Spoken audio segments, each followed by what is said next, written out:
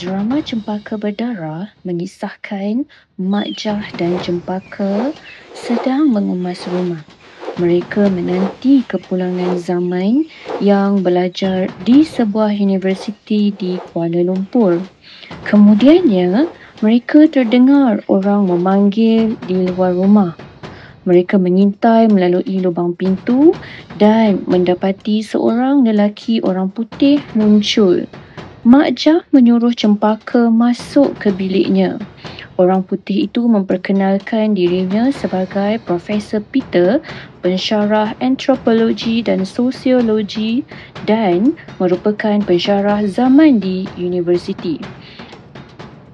Dalam perbualan mereka, Profesor Peter meminta Mak Jah menasihati Zaman supaya belajar betul-betul sekiranya hendak berjaya. Profesor Peter bertanya juga tentang Cempaka apabila mereka melihat gambar Cempaka di dinding. Babak 2. Semasa Zaman dan Cempaka mengambil buah bidara dan akar kayu di sebuah belukar, Zaman menyuruh Cempaka pulang untuk mengambil parang. Mereka berbincang tentang bonsai dan ukiran akar kayu. Semasa Cempaka pulang mengambil parang, Profesor Peter muncul ditemani oleh Malik. Berlaku pertengkaran kecil antara mereka. Ketika Zaman mengambilkan Cempaka bunga kenanga, Profesor Peter dan Malik muncul semula. Berlaku lagi pertengkaran antara Profesor Peter dan Zaman. Profesor Peter mempersoalkan rambut Cempaka yang berwarna perang. Zaman membuat kesimpulan Maliklah yang menjadi orang perantaraan Profesor Peter. Dia juga mendakwa Cempaka ialah adiknya yang dicari-cari selama ini. Semasa Perang Jepun, ibunya telah menyembunyikan adiknya di tebing sungai Bukit Putih dan ditemui oleh Mak Jah.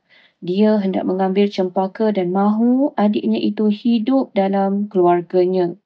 Sewaktu pertengkaran berlaku, Profesor Peter ternampak seekor ular lalu melepaskan tembakan. Cempaka rebah berlumuran darah. Mak Jah meraung melihat keadaan Cempaka.